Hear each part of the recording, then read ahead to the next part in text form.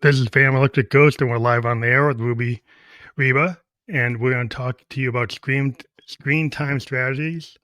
And you are a screen time strategist, and we're talking about phone use best practices. But I want to welcome you to the Fan Electric Ghost podcast. How you doing tonight? Good, good. Thank you so much, Phantom, for having me on your show today. I'm so excited to chat about best practices. Yeah, I think a lot of people probably find that they spend too much time on their phone, or Totally. they have like children or their partners, like everywhere they go is like, are we having a conversation or are you looking at your phone?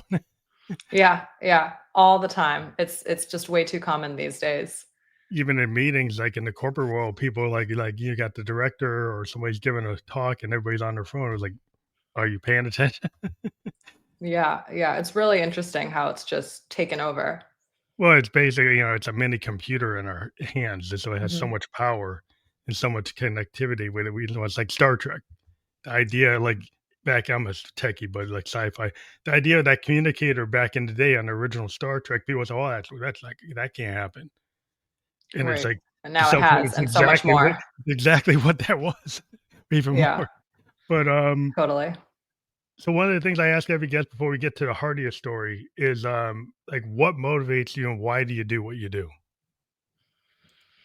Let's see. In terms of motivators, I love to learn, I love to create, and I love to help others. And so authorship, especially in nonfiction, really suits me in that way. This is a topic that's been a personal interest of mine, but then when I started to realize how much other people could also benefit from my knowledge, the fact that it could be of service to other people made it even more interesting um, goal for me. So as an author, how long have you been an author and what made you want to be an author? Yeah, great question. I've not been an author for long. This is my first book. I Oh, used to wow. be a high school math teacher. And then I had my first child during COVID and I stopped teaching, although that wasn't the plan. But it was during COVID and I was teaching at a 5 borough school in New York City. And there was so much uncertainty during that time. So I was home with kids for a little bit, but I was always looking for something intellectually stimulating to do in tandem with being home. And again, this is just our relationship with technology and the downsides of technology has been something that I've been interested in the entire time technology has existed, like my whole life. And when I started to see how technology was affecting, and especially the phone was affecting my kids, my husband, my relationships, I just got curious about it and I felt Mhm. like this is solvable. There are some things in life that are not solvable, but this is one of those things that I felt like we can hack this. So let me work on this a little bit.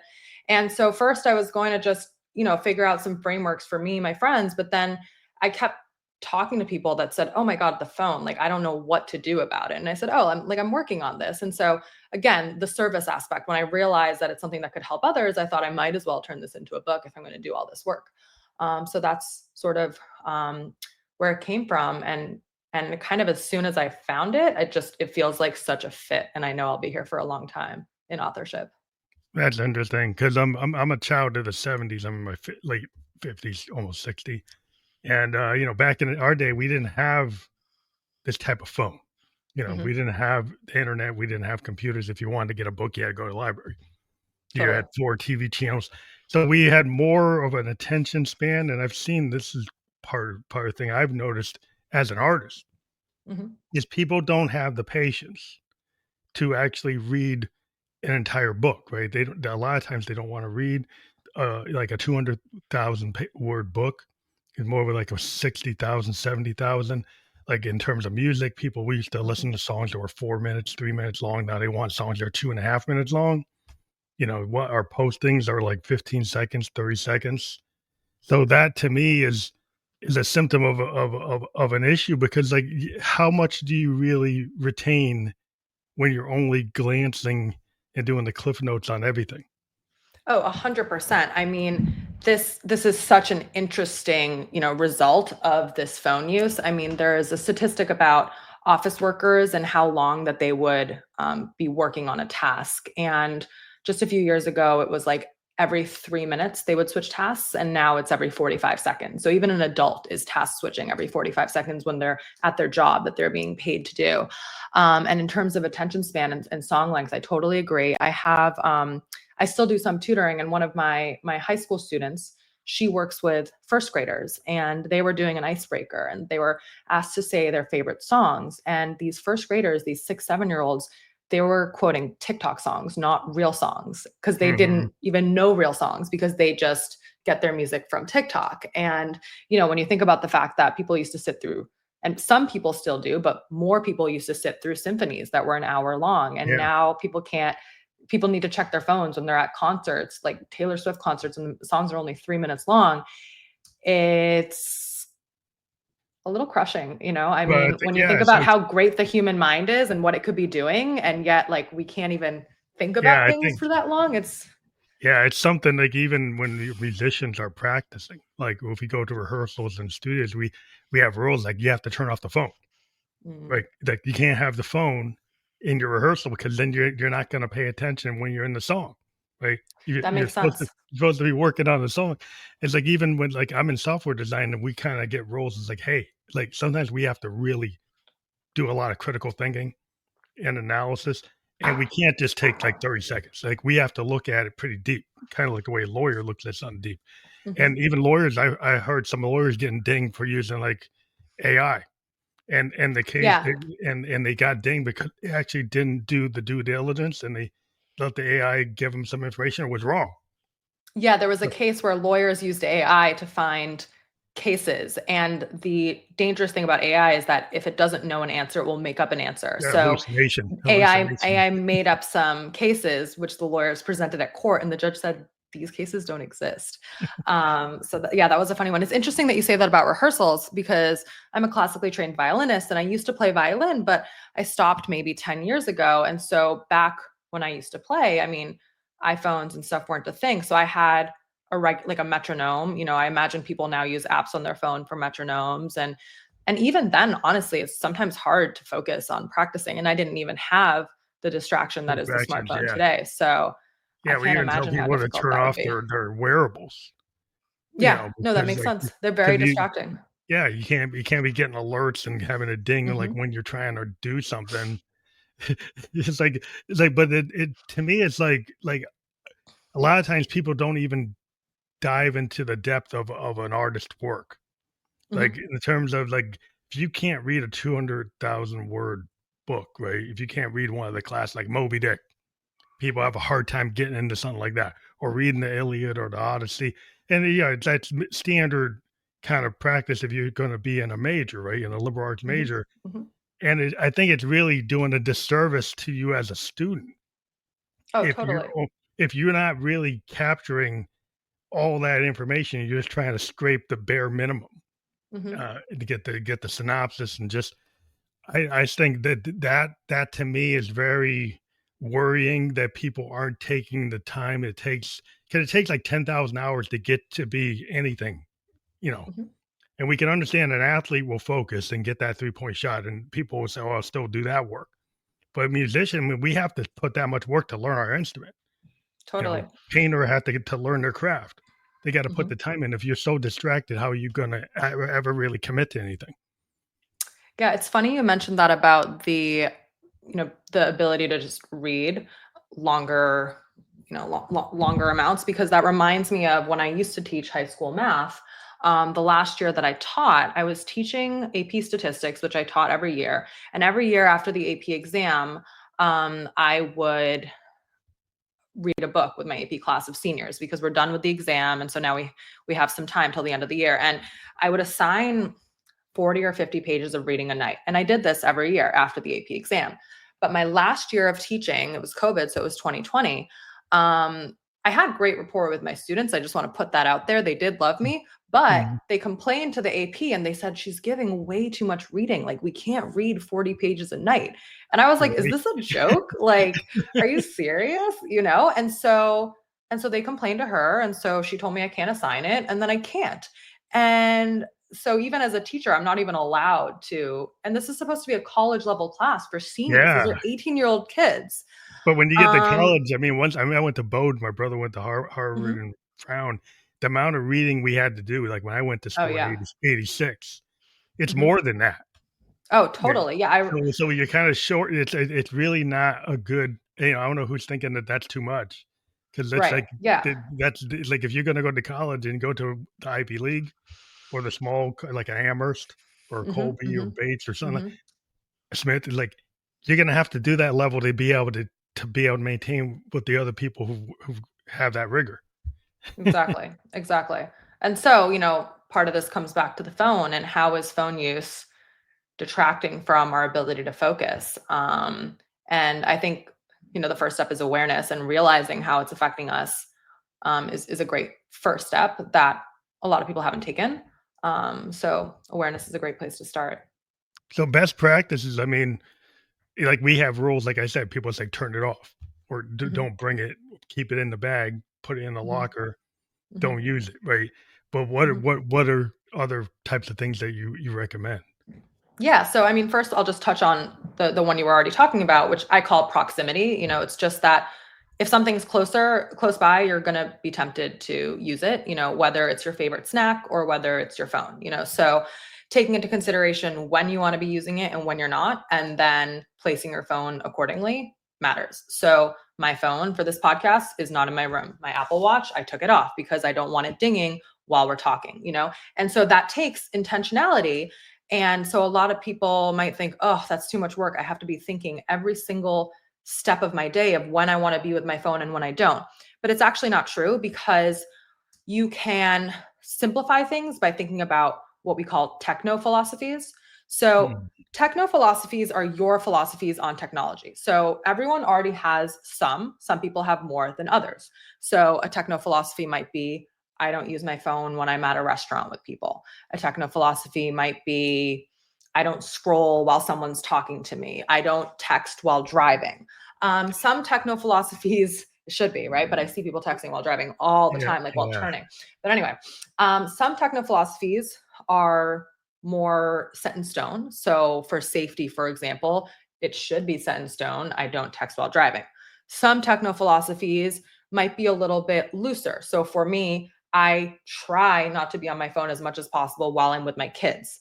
But I'm not going to say I definitely will never, ever, ever be on my phone when I'm with my kids because that's not practical. There is a possibility that I get an important phone call or whatever. mhm, So anyway, techno philosophies are really useful because once you take the time to think about when do I think my phone use and when do I think I want to use my phone versus not, then you can start to use these values to guide your choices and it makes things easier and more automated. So proximity is a good one. Another thing is just thinking about how you start your day. So if I could only choose one thing to tell everyone that's listening to this podcast, it would be your phone should not sleep in your bedroom with you. Okay. It should be in the kitchen, the bathroom, wherever. And even that, I say kitchen, bathroom, whatever, but you might want to be intentional about where you place it because if you go brush your teeth first thing in the morning and your phone is in the bathroom, that's when you're going to pick your phone up. If you want to delay your first interaction with your phone in the day, then maybe it should be somewhere else in the house. Um, so that's one thing to take into consideration because if your phone is on your bedside table, it is so hard not to pick it up first thing in the morning. yeah, Yeah. that kinda goes toward where a lot of people are saying that they're having trouble sleeping because they got their phone, like, right on their Mhm. bedstand or right on their bed, and it's, like, interrupting their sleep all night, dinging them. Yes. And studies have shown that even if someone is not actively on their phone, just having their phone on their bedside table reduces the quality of their sleep because they know that they might be getting messages and it makes them want to check it. Which So they is, just proximity again, they're gonna go check yeah, it even if they didn't get dinged. yeah. So I think not having your phone in your bedroom with you is so important. And then just thinking about what are other spaces that I want to be free from my phone, and even just the framing. Think like instead of thinking I can't have my phone or I shouldn't have my phone, because we as humans, we love to rebel when we're not allowed to do something, thinking Yeah. I'm going to let myself be free of my phone when I am with my friends or when I am working on a project that I'm passionate about or when I'm sleeping or watching TV, um, is a important reframe. Also, like you think about it, like people, and I don't know, it seems like it happens all the time. As I have a 24-year-old daughter, and she's like she's got a video game on, like a PS5 on, phone on, like an iPad on, you know, she's got like three, fourth devices all on. It's and Yeah. she's watching a TV show on one, Hmm. looking at TikTok on another, and later again, it's like, are you doing all those things? It's like, so, Yeah. so it's like, what are you it's like? So how could you? And I guess she's managing it, but there's so many things going on. It's like, don't you want to focus on like one thing? Right. And I mean, I think the short answer is no, she doesn't, you know. It Even when you're doing something enjoyable like watching a movie, sometimes there are more boring parts, and by having lots of screens open, we're letting ourselves not have to be patient or not, experience that discomfort, which is something that takes some intention. And I guess that goes back to thinking about,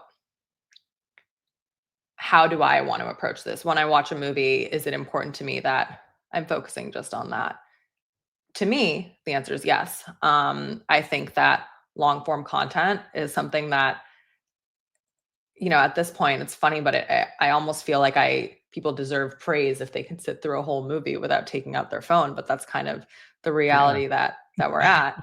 Um, It's almost like the respect for the director and the writer and the actor, in that if you don't get drawn into it, like, like I said, I'm a child of the '70s, so I didn't have those distractions. So mhm, when I watched a movie, I would want to watch it all the way through. And I still have that kind of mindset. I mean, I listen to albums.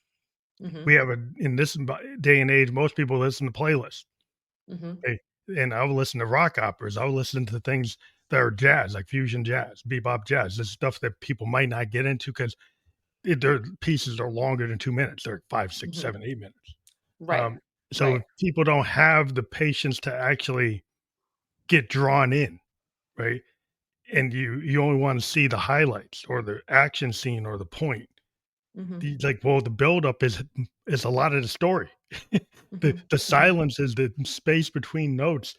That's a lot of the Totally. story. And if you don't understand that, it's like you're losing a lot of the art, the Mhm, impact of the art. mhm. And it's so much more satisfying and fulfilling when you go that way. So that makes me think a little bit about dopamine and why it's important not to start the day with scrolling. With dopamine, order matters in terms of what activity you engage in before another, as well as time of day. So we have a finite amount of dopamine every day. Like we wake up with a finite amount of dopamine. And if you wake up in the morning and just scroll for an hour, you have used up all your dopamine on fast dopamine activity. Then when you go sit down and try to watch a movie, it's almost impossible to watch it because you just behavior reinforced fast dopamine, fast, fast, fast. And you're like, the credits? Like, what is this? Right.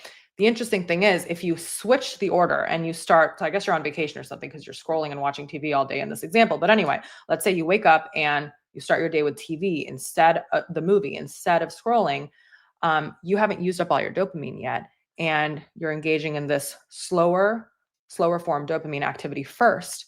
And so when the movie gets to the climax or whatever, you're going to actually be able to enjoy that. And then you haven't even used up all your dopamine. So if you still want to scroll afterwards, you can, and you're going to get some satisfaction or enjoyment out of that.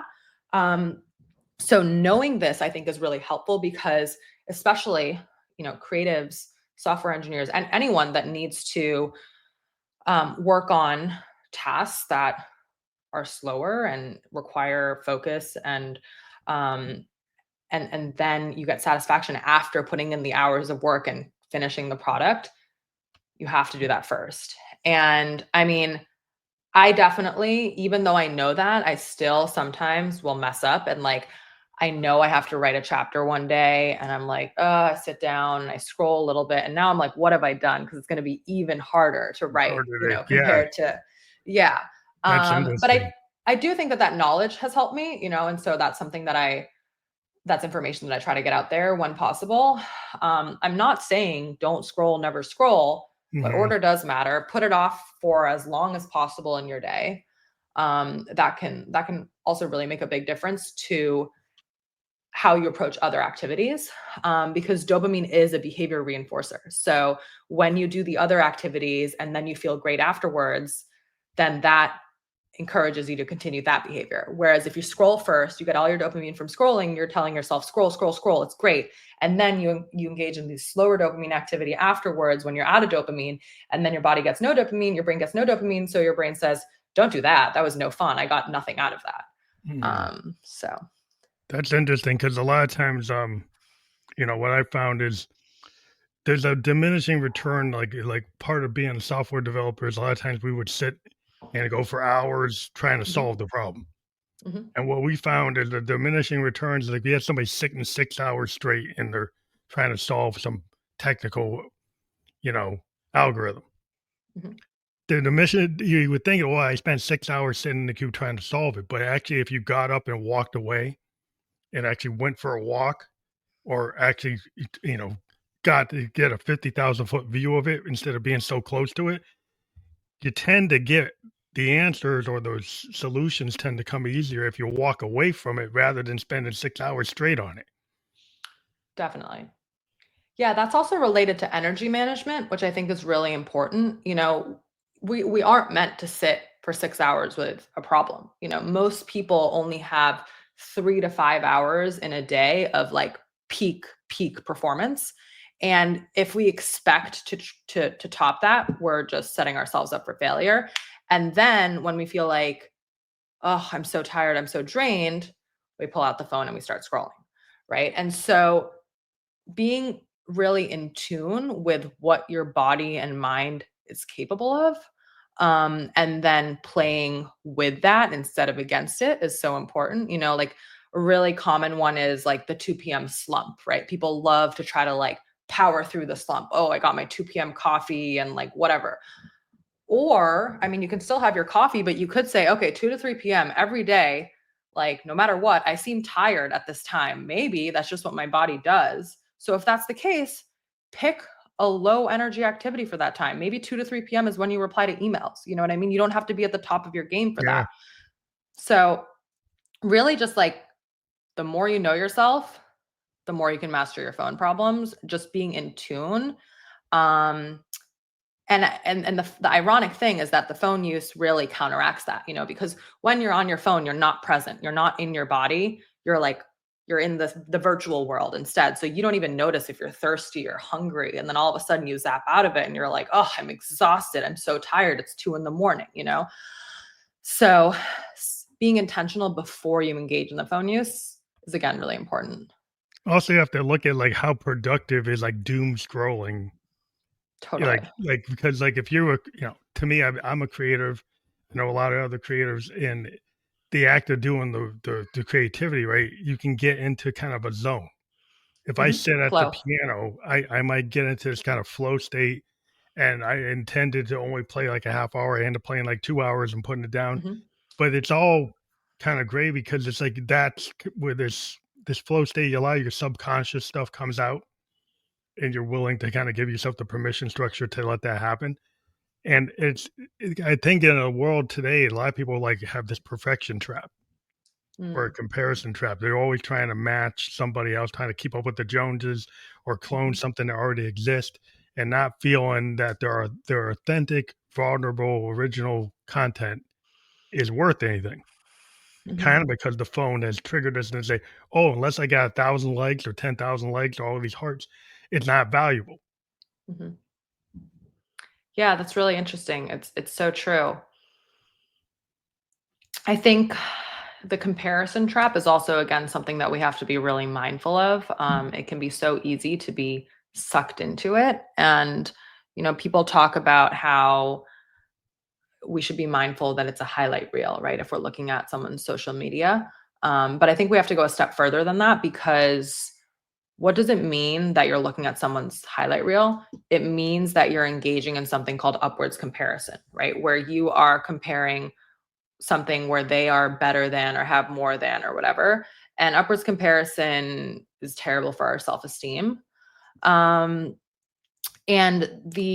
social media use creates this unnatural amount of upwards comparison versus downwards comparison. Before social media, it was more balanced. Sometimes you'd notice, oh, like that person has a better X than me. And then you'll notice, oh, I have a better Y than someone else. It was more balanced. But Yeah, because now of it's social totally media, we're opposite. only seeing this amazing vacation, that amazing meal, that amazing whatever. And you're looking down at yourself in your sweatpants and your microwave meal, and you're like, what is my life?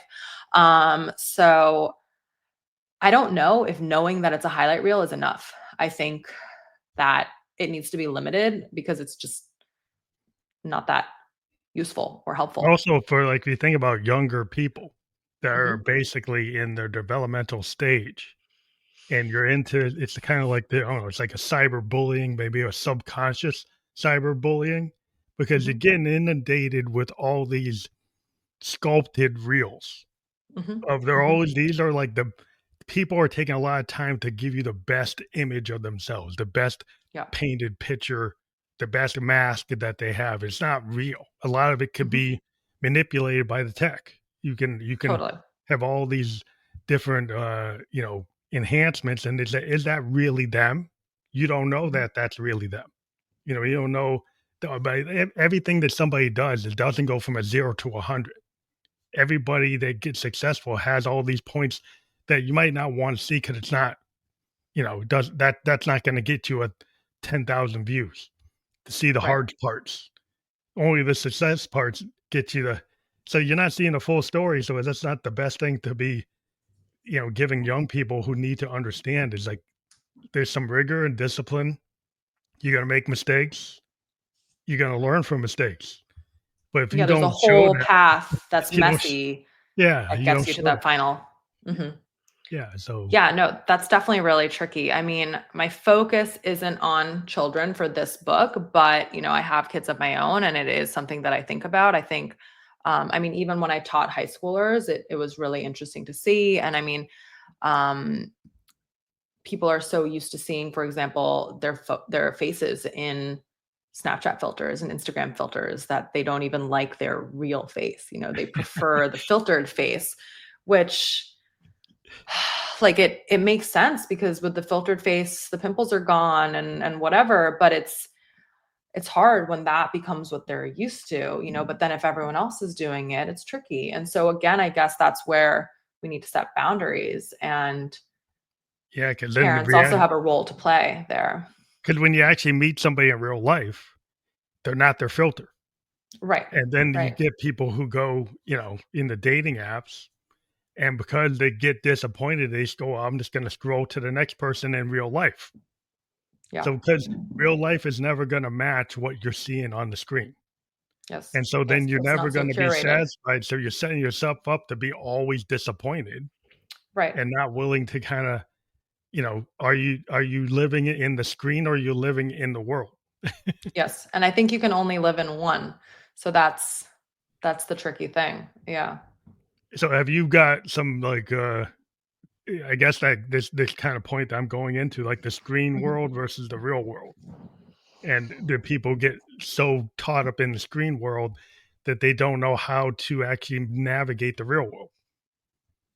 That's a great question. I mean, I think a a result of the COVID really kind of snowballed that because we were so isolated and we literally only could communicate virtually.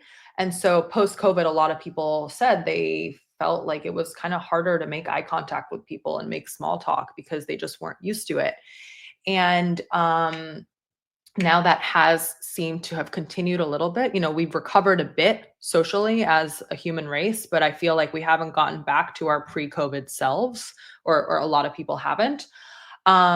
Because even in an elevator or in a line, people don't have to look at other people anymore. They just look at their phone.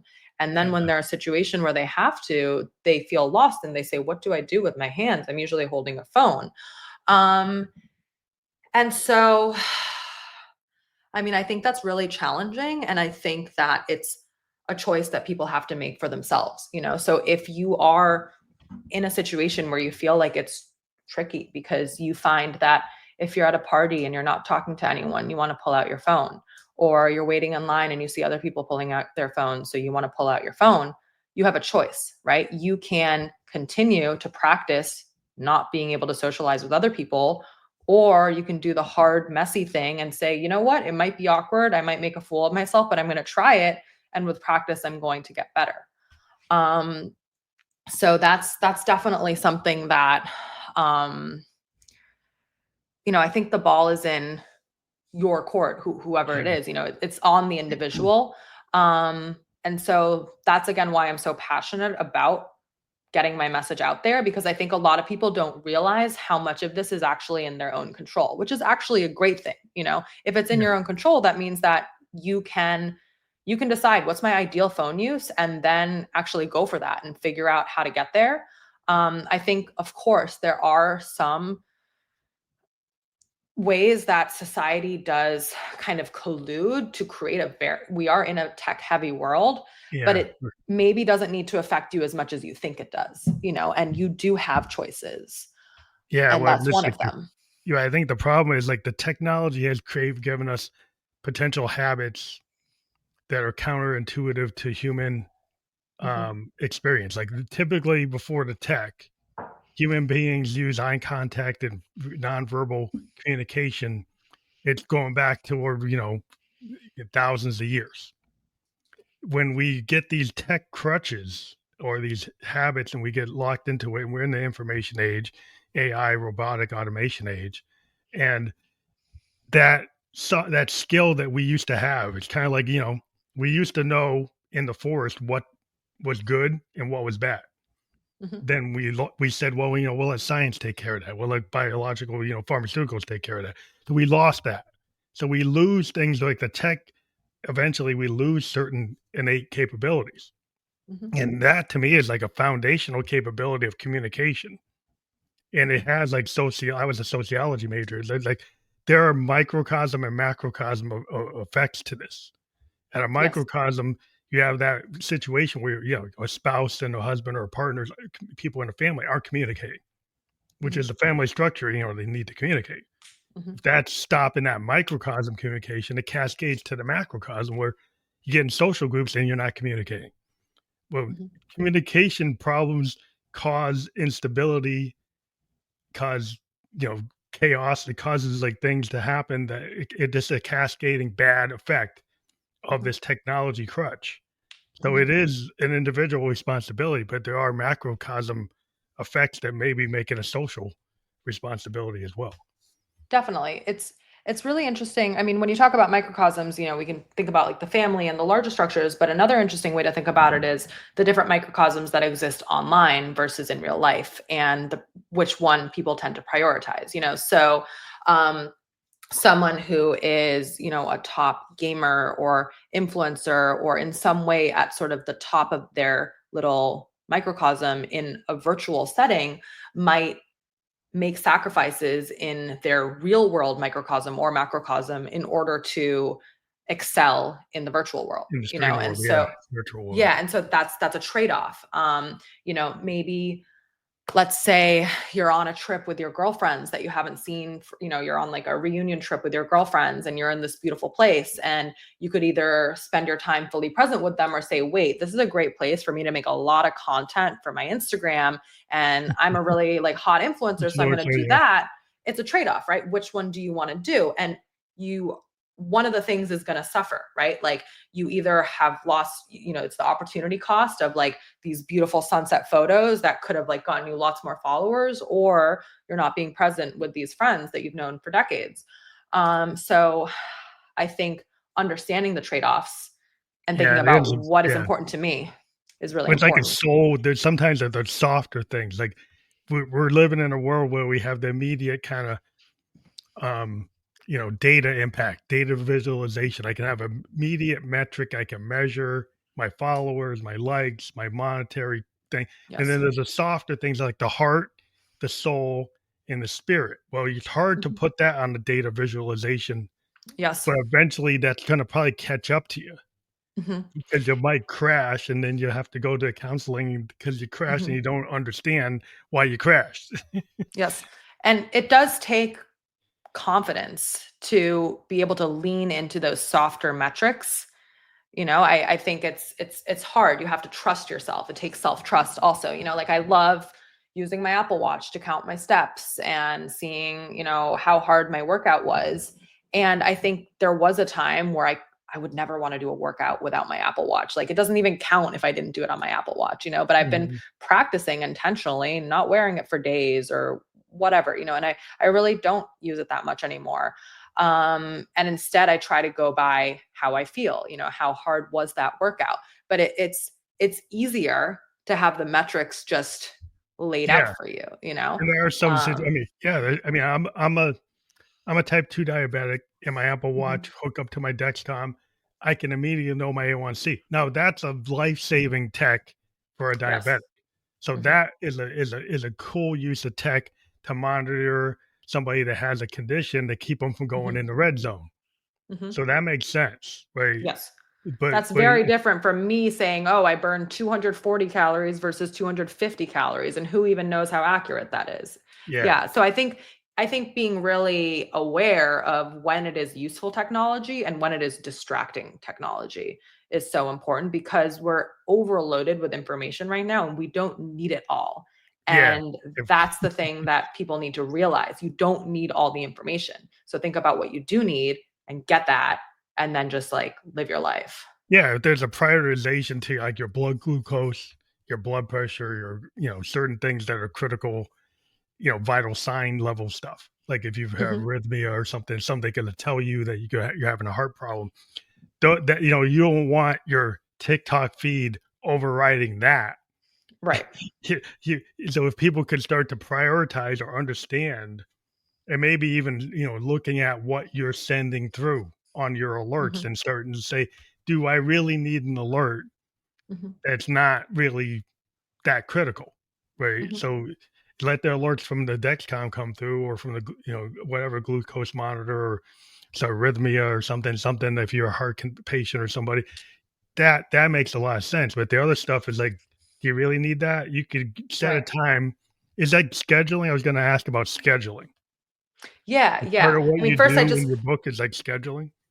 yeah, I just wanted to also say though, in terms of the glucose monitoring versus the TikTok notifications, I just want to recognize for any listeners though that it is so hard, because we are social beings. We care. We want to know how people have interacted with our content. So I want to put that out there. But yes, scheduling notifications, let's talk about that. So I first I think it's really important to turn off any notifications you don't need. So almost all apps come with notifications. I was just thinking today that there's an app which notifications I need to delete. I downloaded this meditation app because I got like a free 1 year trial. And every day at 8 a.m. and 10 p.m., it gives me notification to meditate. And every single time it comes on, I'm like, I should turn that notification off. So a lot of apps just like come with automatic notifications, right? So as much as possible, say no, I don't want the notification when you download the app. And then go through every now and then, or if you notice something that keeps bothering you, like my meditation app, turn it off. Second, after you've turned off the notifications that you literally will never ever need, it's really important and useful to customize your focus settings. So iPhones come with do not disturb, Android comes with something called something similar. Um, there's a few default settings now that you can customize. So there's do not disturb, there's sleep, but you can create. I have a Mm, work setting, I have a babysitter setting. So sometimes if I'm away from my kids, the only person I want notifications from is my babysitter. Otherwise, I don't care, As mhm. long as like my kids are not in danger, I don't care and I don't want any notifications. So you can customize those and there's a real beauty to that because a lot of people say, "Oh, I could never use do not disturb because I might miss important calls." Well, guess what? You can use do not disturb and say block everything except phone calls. And Yeah. so knowing what you need and then using do not disturb is really useful. And then in terms of responding to texts, emails, DMs, I really believe in batching. So think about how often you need to reply to people and then try to hold yourself to clearing out your inbox once a day or responding to Um, your DMs once a day or maybe it needs to be twice a day. I don't know, maybe your work is in social media and you need to be on there more frequently. But you decide. That's the most important thing with phone use is when do I want to respond to messages? It's not that I'm doing something, ping, oh, I got this message, I need to Yeah, it's read it and like you respond want to be right now. responsive. It's like there's some days the alerts are making people feel like they have a job to do Yes. and And they they're have to do designed it that right way. then. Yes, we have a Pavlovian response to it.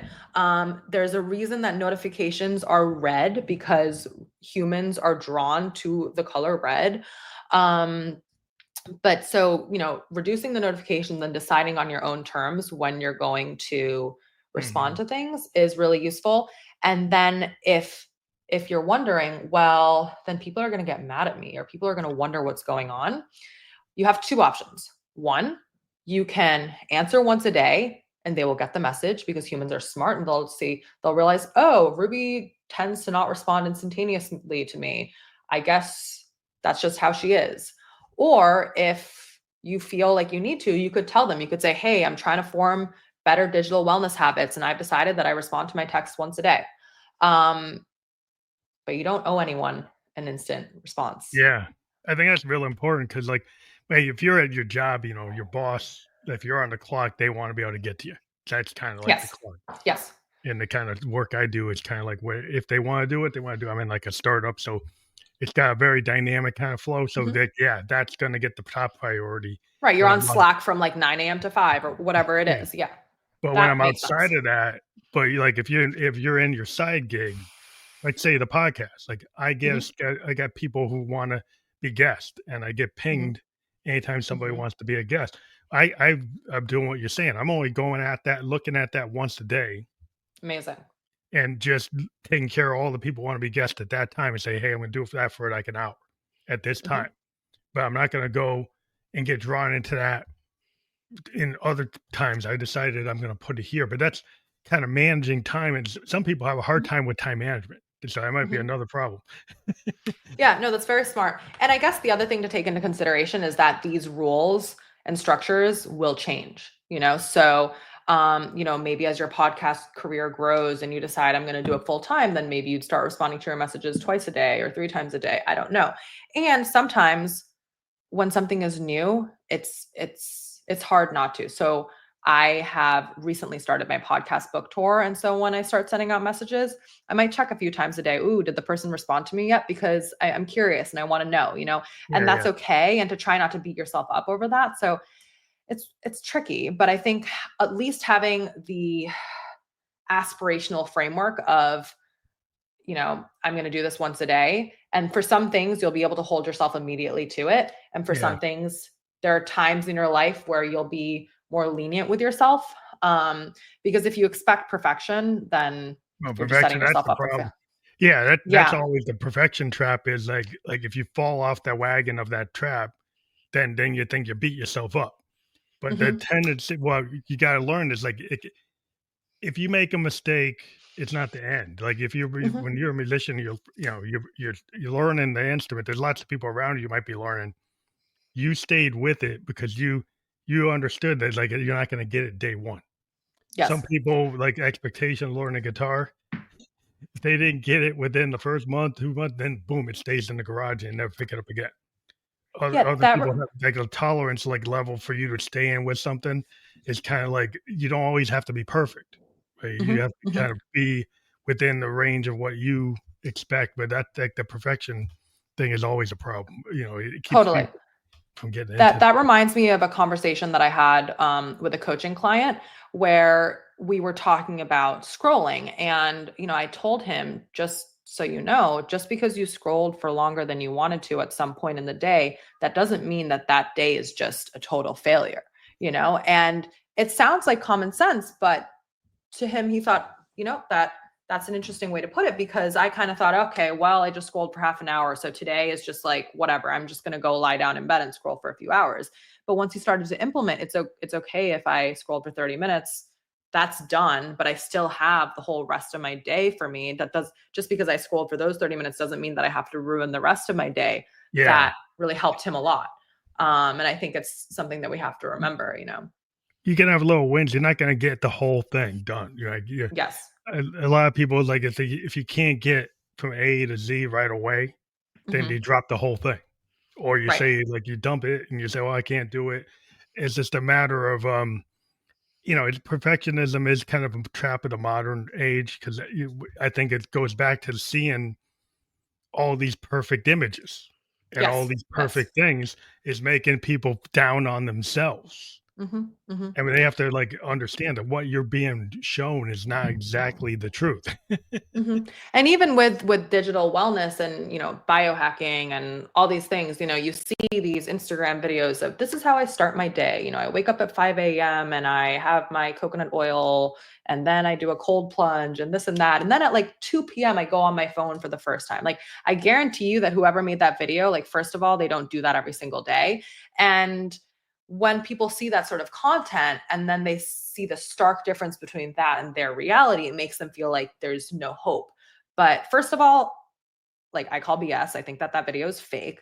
But even if it was real, there is a spectrum, and we don't have to be at the bottom or the top. We just need Mhm. to be better than we were yesterday, or maybe not. Some days we dip. Yeah, You're and then tired. You had a bad day. You had a long day. Like whatever. so some people are like, you got a bell curve, and then you have people who are neurodivergent, you have people who are creative.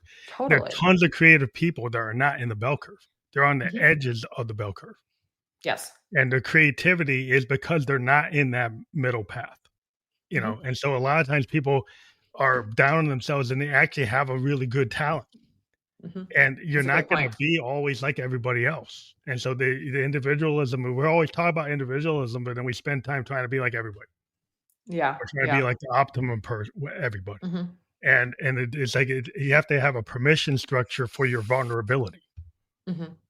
And that's the nature of art is that we know our vulnerability is our secret sauce. Right. Right. Is what, and Totally. so we kind of lean into it, and we have to have kind of a little bit of an armor on the haters because when you lean into that, people are going to hit you with Mhm. like, oh, they don't like it, or they're gonna, you know, ding you for it. But that is kind of where the art happens, is in that kind of zone, and people may not realize it's like it's not in the perfection zone Right. that is happening. It's in this kind of it's kind of different. And Mhm. so the first initial people look at what you're doing and they usually don't like it. Right. But Right. so that if the people learn that lesson, it's like, well, trying to being liked, all the likes you see on the net isn't part of that game. Right. Yeah, that's a really great point. Really great point. But so some of the points in the book we haven't gotten to, but maybe you think Mhm. are lessons learned or really key points you want to bring out. You don't want to give away the whole book, but maybe something that you think is important that we haven't tapped into. Yeah, I mean, one statistic I'll throw out there is on grayscale. So, grayscale is the setting where you can turn your phone into black and white.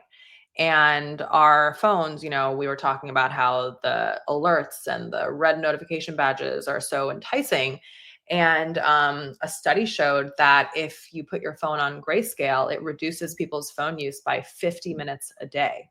Ooh, So I thought that was really interesting. And so, going back to our topic of best practices, putting your phone in grayscale as much as possible is really useful. And on phones, you can create shortcuts so you don't have to go into settings every time. So with my phone, yeah. I triple click the side button and it'll go from grayscale to regular because sometimes, I might want to see a photo in color, but I try to keep the default to grayscale. So that's Oh, another cool. little hack that a lot of people don't know about. Yeah. So And you got a sometimes lot people of have seen grayscale, but they don't really know why. don't know what So it that's is. why. Yeah. It just makes the phone less fun. If I'm responding to an email or something, it's just kind of fun when it's in color. But when it's in grayscale and I need to look up how far away a store is or something, I'm like, oh God, this is so boring. Like, let me get off of this as soon as possible. I really see for me a difference in the experience when my phone is in black and white. That's a cool hack. So And so your book, yeah. but you have a lot of these hacks kinda embedded in the book? Yeah, I use research backed strategies, stories from my life and from those of my clients, um, some psych frameworks of how we can think about things, a little similar to how we were talking about how you can't always be perfect. I use other techniques to frame your progress. And then I just in near the end of the book, I explore some of my own personal interests, like dopamine or the attention economy, or how our phone use makes us less tolerant of others. That's a little bit more just what I'm interested in, and then readers can That's take cool. what they want. Yeah. That's interesting because I do find that like out there in the manosphere and kind of some of the stuff that's out there, um, that as a podcaster, like if I'm not in that manosphere zone, I don't get the numbers that Mm, they'll get right. because the Yeah. algorithm tends to like things that are edgy, controversial, and Hmm. maybe are very aggressive Hmm. or they're not. To me, it's maybe if you're more willing to be expansive or tolerant or aspirational, it's like no, that's like I don't want to deal with that. I want somebody who's Hmm. like a comedian that's edgy, Hmm. that's willing to. So it's kind of tilted toward that way. And I'm like, well, why does it have to be like that? Like, why can't you have a discussion about vulnerability, a discussion about things that are softer things? And Hmm. maybe that's not sexy or that's not gonna get people going, but it's like it's important. And so it's like Right. sometimes people have to start to understand, it's like, why are we so gravitating toward things that are like a meanness, you know, Hmm. in the world instead of like, is it cool to be mean to your neighbor? Or is it better that maybe it's more positive if you're not mean to your neighbor? And maybe you won't have an incident if you're Hmm. not mean. We've got a lot of incidents happen because of this kind of people being affected by a sociological term like anomie, Hmm. disassociation, disconnection, Hmm. or people being not willing to understand other people. Hmm. So I think like anything that allows people to understand themselves first, like what Hmm. you're doing, is like kind of a looking glass self thing. Yeah. Figure out what you're doing. Then it's like, oh, maybe other people are doing this, and then having an understanding that once you solve it within yourself, then you can talk about it with other people. But if you haven't solved it, it's hard to talk with anybody else. Yeah, totally. I mean, we have to look inward. Can't remember what it was for, but it just cracked me up because my husband, he tends to look inwards a little bit more than the average person. I think I'm always like Googling things or whatever, but there was this time that he was filling out some sort of questionnaire, and the questionnaire asked him, like, where do you find your answers, or like, where do you go for solutions? And his response was inwards or Google, which I found hilarious. But a lot of us, we don't check inwards first. We just go straight to the internet, Mhm. and we don't always need it, because it's not always just a fact that we're looking for.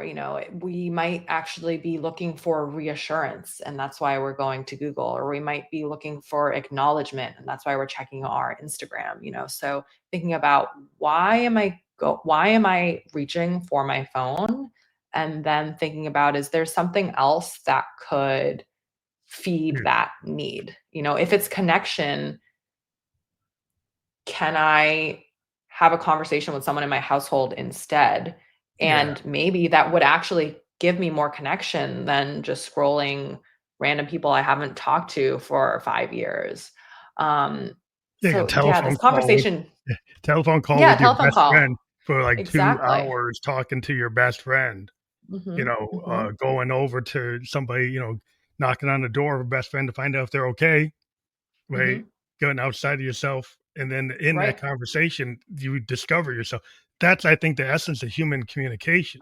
Hmm. Is like Hmm. I think we've been because of the pandemic, like you said at the beginning, we got kind of put into using the tech. But now Hmm. you could actually go knock on your neighbor's door and talk to them, or Right. talk to your Right. brother, talk to your aunt, talk to your uncle, talk to your best friend. Actually, have a human conversation. Go out and have coffee. Go Hmm. out and actually, be together in an event.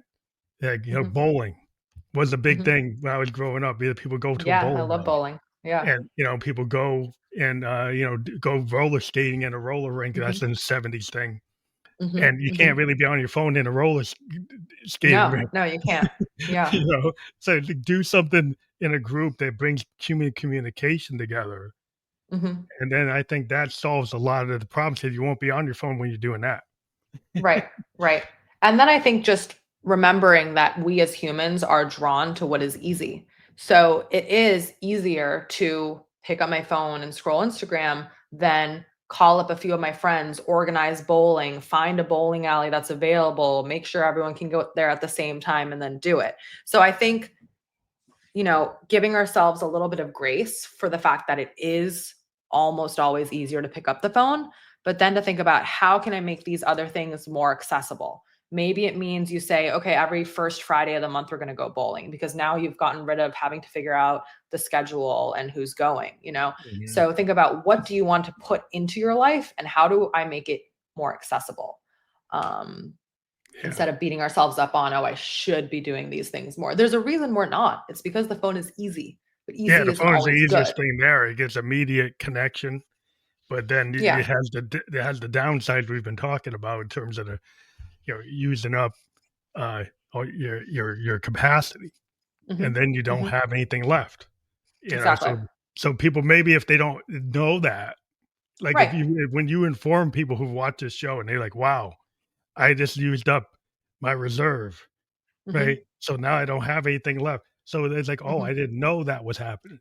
And Right. so it's Right. like that's like a eye open. That's why we have these podcasts that people Yeah. learn something and then Hmm. realize, "Oh, I didn't know. Maybe now I It can was react finite. Yeah. a different way," so I think Totally. Totally. that's what's super important. So if people go Yeah. to howtostopscrolling.com, that's how they can get your book. Is they or do you have connect, you can connect with people there too?